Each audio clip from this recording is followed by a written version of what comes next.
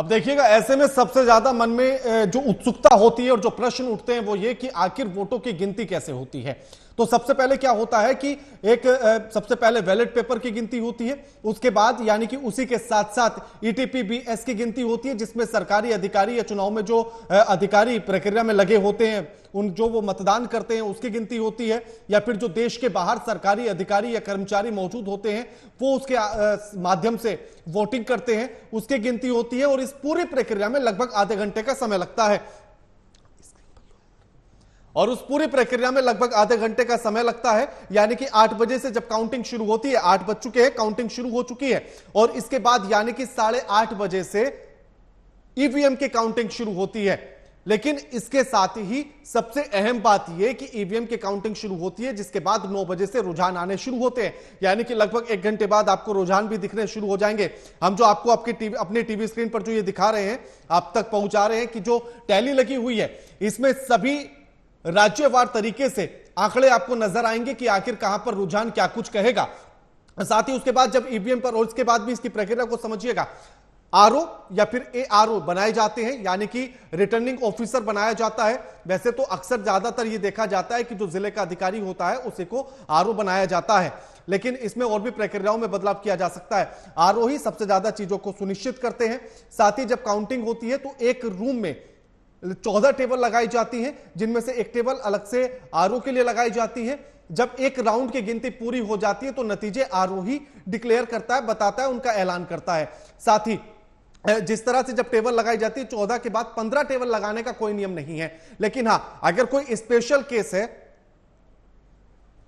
यानी कि अगर कोई स्पेशल केस है तो उसमें इस तरह की स्थिति देखी जा सकती है। 15, जैसे कि इंदौर में 2023 में हमने देखा था विधानसभा चुनाव में, तो उसमें जो था 21 टेबल लगाई गई थी। और इसी बीच एक बड़ी खबर आ रही है चुनाव से जुड़ी हुई, आपको सीधे लेकर चलेंगे ब्रेकिंग रूम, हमारी सहयोगी भारती।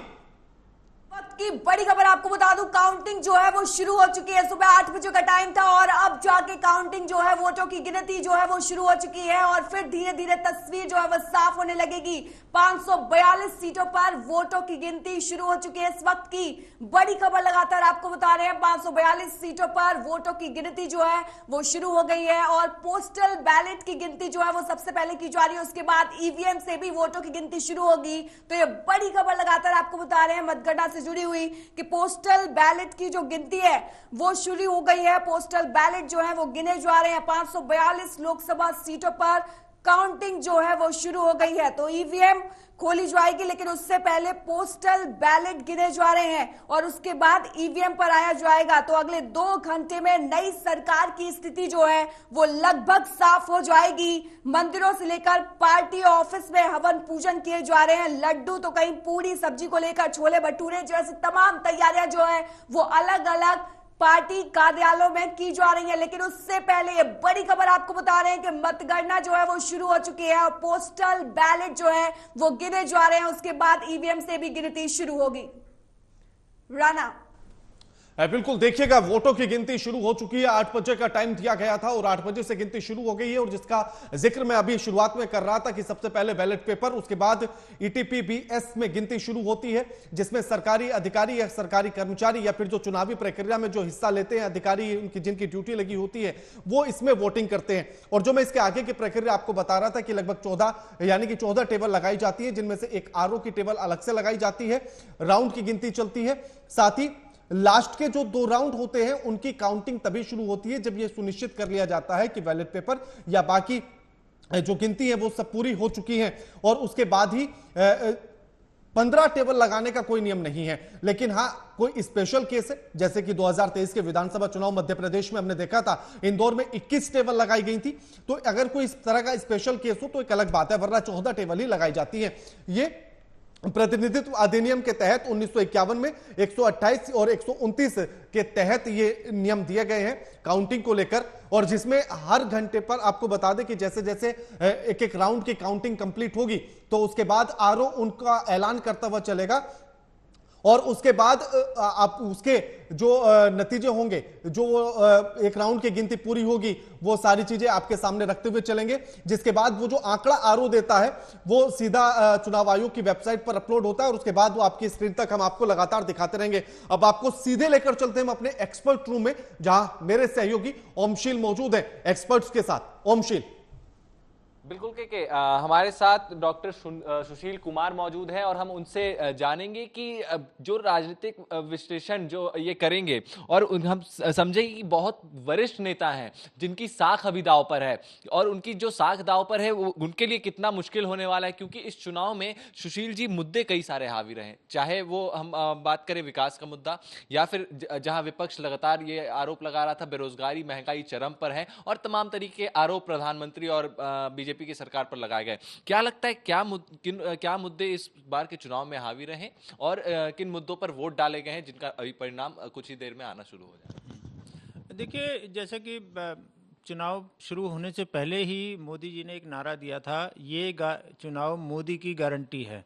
जो काम उन्होंने इलेक्शन डिक्लेयर होने से पहले शुरू किए थे, उन्होंने गारंटी दी थी कि इन कामों को पूरा करने की मेरी पर्सनल गारंटी है। तो मुझे लगता है कि पूरा का पूरा चुनाव मोदी की पर्सनल गारंटी पर लड़ा गया और पर्सनल गारंटी पर लोगों ने भरोसा जताया। क्यों जताया? क्योंकि 2014 से 2024 तक जो 2 टेन्योर 10 साल मोदी जी का रहा है, तो भारत ने चहुमुखी विकास किया है, ओवरऑल ग्रोथ हुआ है, ओवरऑल डेवलपमेंट हुआ है। वेदर इट इज़ आप देखें कि इंफ्रास्ट्रक्चर का हो, एजुकेशनल सेक्टर में हो, एनवायरमेंटल सेक्टर में हो, प्रोडक्शन में हो, एक्सपोर्ट हो, इंजीनियरिंग हो, सड़कें बनाना हो, रेलवे का जाल हो, तो हर सेक्टर में विकास हुआ है। या गरीबों का विकास की बात करें, पैसा सीधा गरीबों के खाते में गया है। तो जैसा कि मोदी जी बताते हैं कि मैं क्लिक करता हूं और वो सीधा 2000 करोड़ रुपया किसानों के खाते में चला जाता है बिना एक भी पैसा दलाली लिए। और राष्ट्रवाद तो देखिए हावी रहा ही है। और मोदी जी की एक बहुत बड़ी उपलब्धियों में से एक मैं बताऊं, आज़ाद भारत के इतिहास में या शायद लिविंग हिस्ट्री में ऐसा पहली बार हुआ है कि 2 देशों की लड़ाई चल रही है, वॉर जोन है। उस वॉर जोन को मोदी जी ने दोनों देशों को फ़ोन करके कहा कि भाई आप 1 दिन के लिए 2 दिन के लिए लड़ाई रोकें और हमारे छात्रों को वहाँ से निकलने के लिए विंडो दें। तो ये अभूतपूर्व है, बहुत सारे कामों में से एक है। इस कार्यकाल में ये भी हावी रहा कि जो विपक्ष लगातार, राहुल गांधी लगातार आरोप लगा रहे थे, एक तरफ विकास लगातार आपने गिनाया भी कि क्या क्या मोदी जी करवाते हैं और किस बात पे शाबाशी और अपनी पीठ थपथपाते हैं, चाहे वो भारतीय जनता पार्टी हो या प्रधानमंत्री नरेंद्र मोदी हो। लेकिन राहुल गांधी एक आरोप हमेशा से लगाते आए हैं कि ये विकास कर रहे हैं लेकिन अपने साथियों का करते आए हैं, अडानी अंबानी का करते आए हैं, प्राइवेटाइजेशन कर रहे हैं, उन्हें सारी चीजें देश का संपत्ति उन्हें दिया जा रहा है। तो क्या लगता है इससे भी एक मैसेज गया है? और जो अब की बार 400 पार का लक्ष्य है बीजेपी का, क्या इससे प्रभावित हो पाएगा? देखिए, जहां आपने देश के माननीय नेता राहुल जी का नाम लिया, तो मेरा आपसे छोटा सा सवाल है, क्या राहुल जी की बातों को आप उसके फेस पर यकीन करते हैं? आप बताएं। वो तो इस देश की जनता वो भले ही राहुल गांधी हैं, लेकिन उनकी बातों का स्तर जो कहते हैं, जनता बहुत ज़्यादा यकीन नहीं करती। उनकी थोड़ी सी एक अपने आप में डिफरेंट किस्म की वैल्यू है। वो जो कहते हैं वो मीडिया में थोड़ा सा टीआरपी बढ़ा देता है, लेकिन वो गंभीर बातें नहीं होती हैं, क्योंकि जितनी भी बातें राहुल जी करते हैं ज़्यादातर आपने देखा होगा कि वो स्तरहीन होती हैं और उसमें कोई गंभीरता नज़र नहीं आती। दूसरी बात जो कहा कि मोदी जी ने अपने दोस्तों का विकास किया है, तो भारत की जो इकोनॉमी है 5वें स्तर से 10वें स्तर से 5वें स्तर तक आई है और 5 ट्रिलियन डॉलर की 3 ट्रिलियन डॉलर की इकोनॉमी हम बनने जा रहे हैं। तो जो ये इकोनॉमिक डेवलपमेंट हो रहा है, ये कोई एक आदमी के बस का नहीं है, इसमें पूरे देश का, पूरी सरकारों का, जनता का, हमारे आपके जैसे जो भारत के निवासी हैं उन सब का योगदान रहता है और वो दिखता है।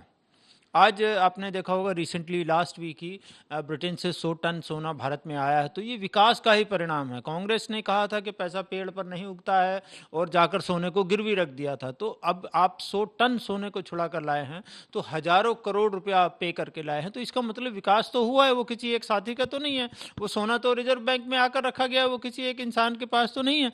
तो देखिए, विपक्ष का काम, जो खासकर जो नाकारा लोग होते हैं, आपने संस्थानों में भी देखा होगा, सरकारों में भी देखा होगा, जो नाकारा लोग होते हैं वो समस्याएं गिनाते हैं और आरोप लगाते हैं। जो सक्षम लोग होते हैं वो समस्या को समझते हैं और उसको सुलझाते हैं।